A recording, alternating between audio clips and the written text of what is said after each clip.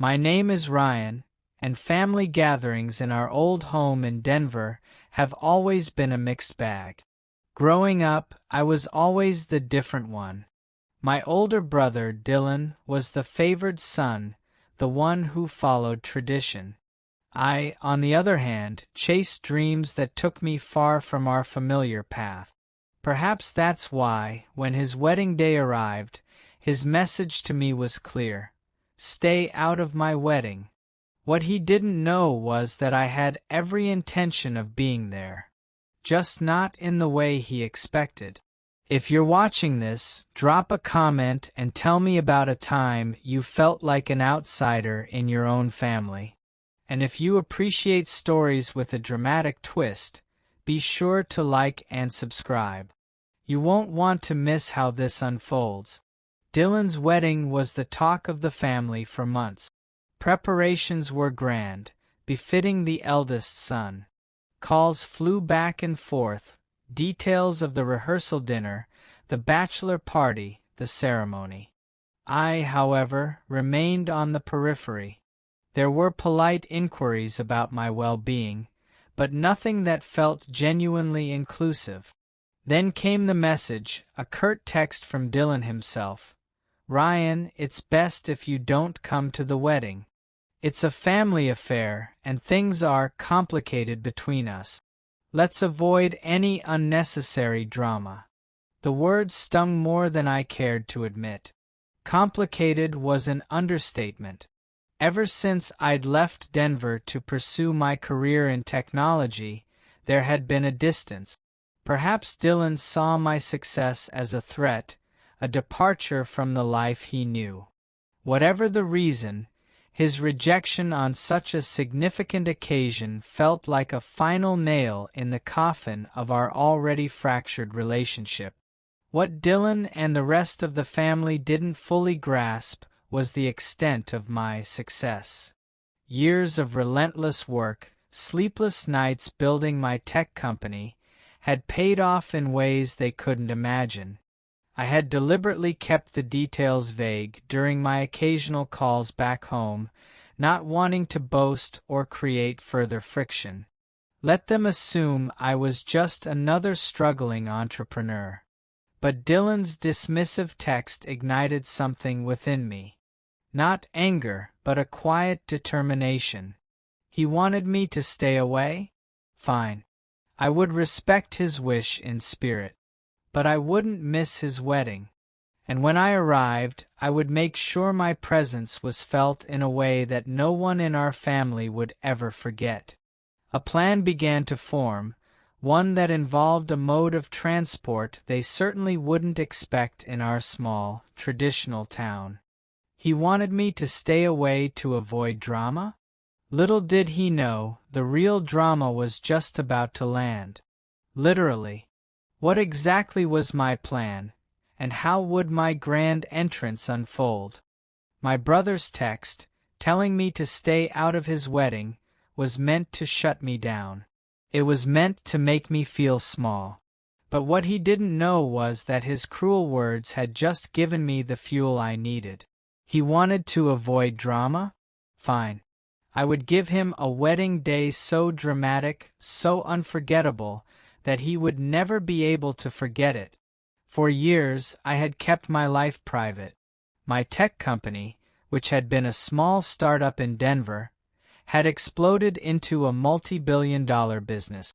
I had become a very wealthy man, but I never told my family. I always thought that if I did, they would finally see me for who I was, and not just as the different one. But Daniel's message showed me that no amount of money would ever change their minds. They would always see me as an outsider. I decided my vindication wouldn't be a verbal fight. It would be a statement so loud, so undeniable, that it would echo across the entire valley. I was in my private jet, flying toward my hometown. It was a beautiful, clear day. My hometown, with its small-town charm, was a world away from the busy, corporate life I now live. I was filled with a mix of emotions, a little bit of sadness for the family I had lost, and a lot of quiet satisfaction for the person I had become. My pilot, a kind, older man named Bob, turned to me. "Ryan," he said, "we're about to make a landing. Where would you like me to land?" I smiled. "Bob," I said, "land near the wedding venue. I want to make a grand entrance." The wedding was in full swing. My brother Daniel was laughing and talking to the guests. My parents were so proud of him. They were all celebrating Daniel's perfect day, a day that was about to be interrupted. I watched from the window of my jet as we made our approach. The wedding was taking place in a large outdoor field near a small lake. It was a beautiful setting. The wedding was perfect. Suddenly, the quiet music of the wedding was interrupted by the loud roar of a jet engine. Everyone looked up, confused. The guests were looking around, trying to figure out what was happening. My brother, Daniel, looked up, and his face was in complete shock.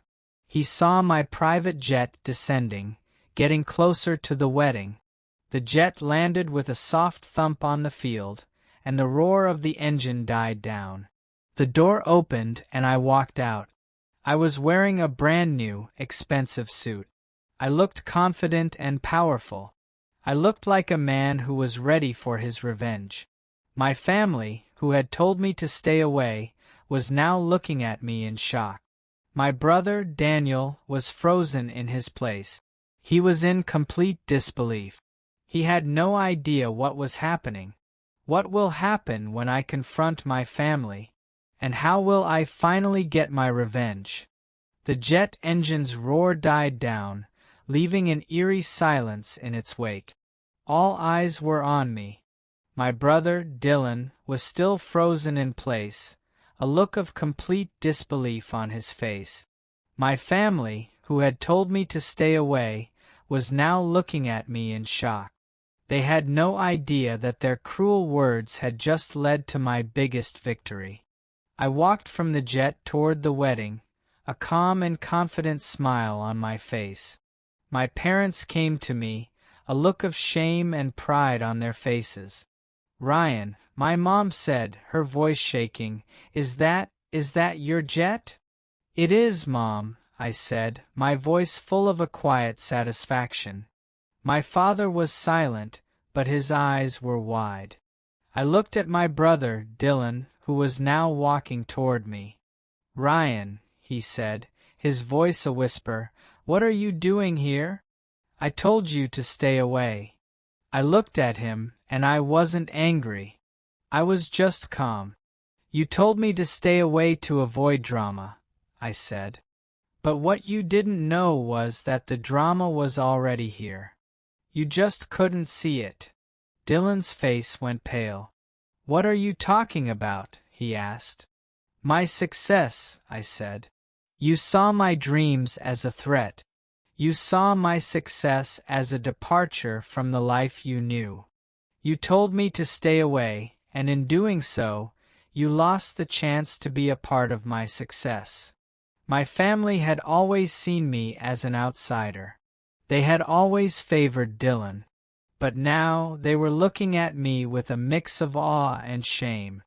They had no idea that the person they had told to stay away was now a man of success. They had no idea that their cruel words had just cost them everything. I had my vindication, not just in my business, but in my life.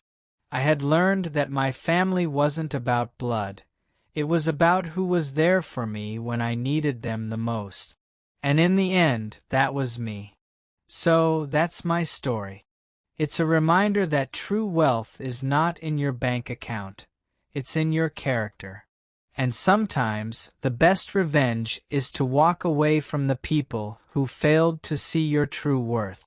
Have you ever had to choose between your blood family and your chosen family? What did you learn? Share your stories in the comments below.